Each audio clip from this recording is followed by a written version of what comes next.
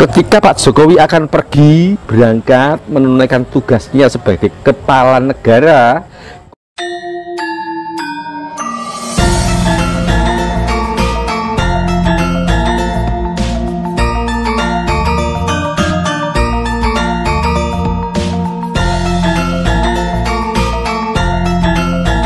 jangan media-media bahwa pemimpin kita ini mulai dari Pak Karno sampai itu kan tidak lepas dari peran Kanjeng Ratu Kidul, sehingga seperti Bung Karno itu kan termasuk tokoh ya hebat, bahkan diakui oleh dunia gitu. Nah, itu apakah benar sesosok pemimpin yang hebat itu tidak lepas dari peran Kanjeng Ratu Kidul itu bagaimana Romo? Kalau saya pribadi saya percaya. Kalau saya pribadi percaya. Namun mungkin ada sebagian orang yang menganggap itu musyrik. Betul. Saya percaya saya berdasarkan apa?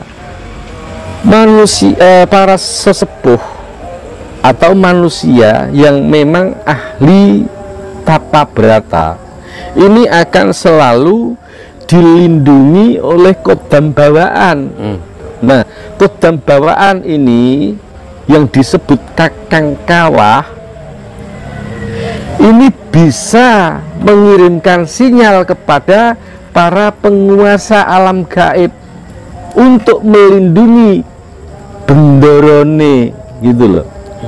Bukankah dilambangkan di pewayangan adanya Satrio Pandowo itu selalu diikuti oleh 4 ponokawan, ya lah? 4 ponokawan diantaranya Semar, Gareng, Petruk, dan Bagong. Nah, sedangkan 4 ponokawan ini tidak lain adalah penjelmaan dari dewa yang ngejowantah atau dewa yang menyamar menjadi manusia, yang pada akhirnya ketika saat bendorone pada saat tuanya mendapatkan musibah ini diberikan pertolongan lewat jalannya dia, lewat caranya dia untuk berkomunikasi dengan yang di atas. Begitu pula tanpa sepengetahuan kita, saudara kita ini langsung berhubungan dengan yang di atas untuk melindungi momongan atau orang tersebut. Kodam bawaannya Pak Jokowi, ketika Pak Jokowi akan pergi berangkat menunaikan tugasnya sebagai kepala negara, kodam bawaannya ini sudah kontak dulu kepada penguasa alam gaib. Ini momongan saya mau ke sana, tolong dilindungi, seperti itu. Ini ada titipan pertanyaan Romo dari netizen, dari subscriber. Ya iya. Menurut ajaran Jawa, orang nikah yang didahului sama adiknya itu akan sulit dapat jodoh. Benar apa enggak? Begini, yang namanya sulit. Oke, saya ulangi. Jadi saudaraku, kalau penjenengan akan menikah namun karena kakaknya belum menikah terus didahului, nanti kakaknya menjadi sial gitu kan, seperti itu, tidak juga. Adapun ajaran langkahan, melangkai kakaknya atau mendahului kakaknya lalu diadakan ritual, itu adalah suatu bentuk penghormatan. Ana dongeng entik-entik si tumunggul patenono, tumunggul apa dosane, aja dindak kualat lali dalan ketiwasan. Artinya saudara kita jangan sampai kita dahului, tapi hormatilah dia agar kita tidak mendapatkan musibah.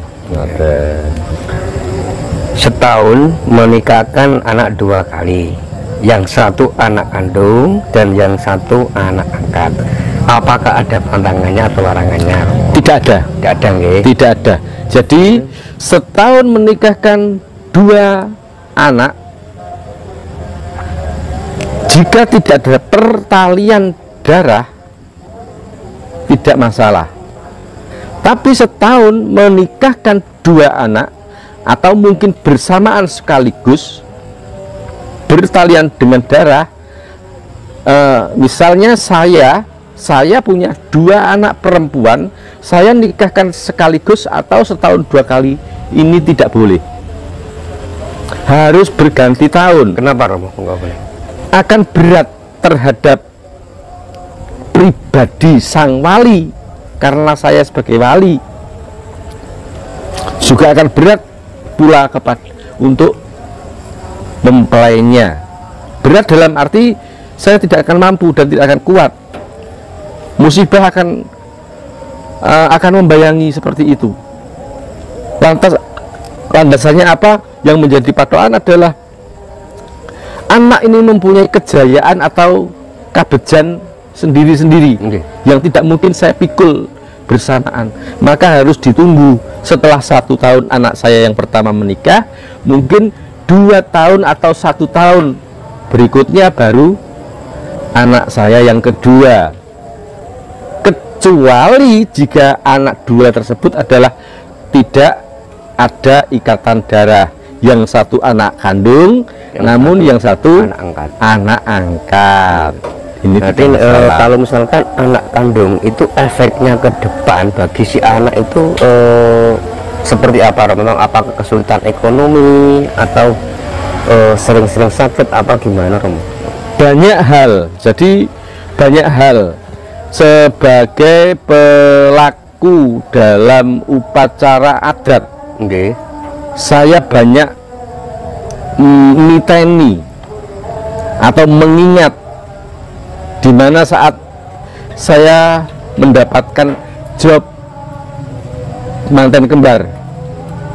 Maksudnya manten kembar? Manten kembar ya seperti tadi, dua manten sekaligus itu pasti kalau tidak terjadi perceraian, ini pasti ekonominya yang seret. Kalau bukan ekonominya yang seret, akan jatuh bangun. Kalau tidak jatuh bangun, orang tua atau walinya yang meninggal.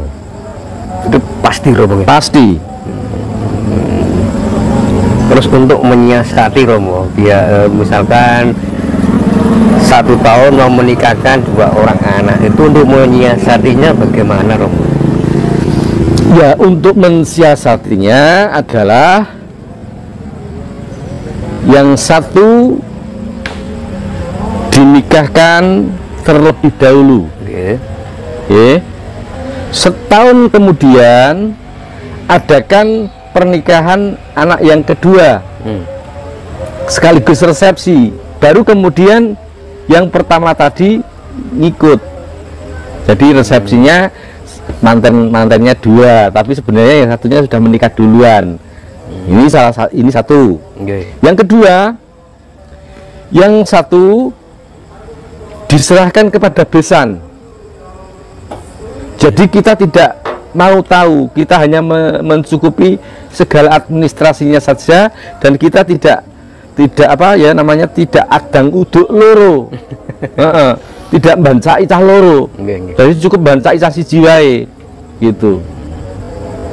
Yang satunya biar besan yang mengatasi, dan saya percaya kalau besan diajak rembukan pasti menerima, karena yang namanya juga si besan pasti tahu keadaan.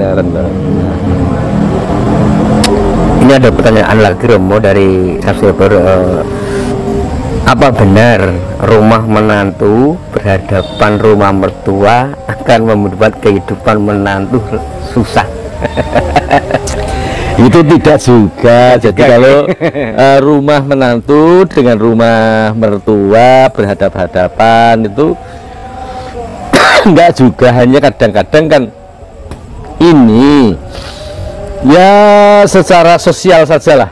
Itu secara sosial, misalnya seperti ini,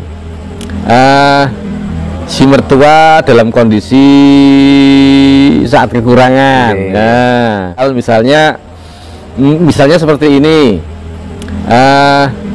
si mertua dalam kondisi saat kekurangan. Nah, tiba-tiba si menantu belanja berlebihan.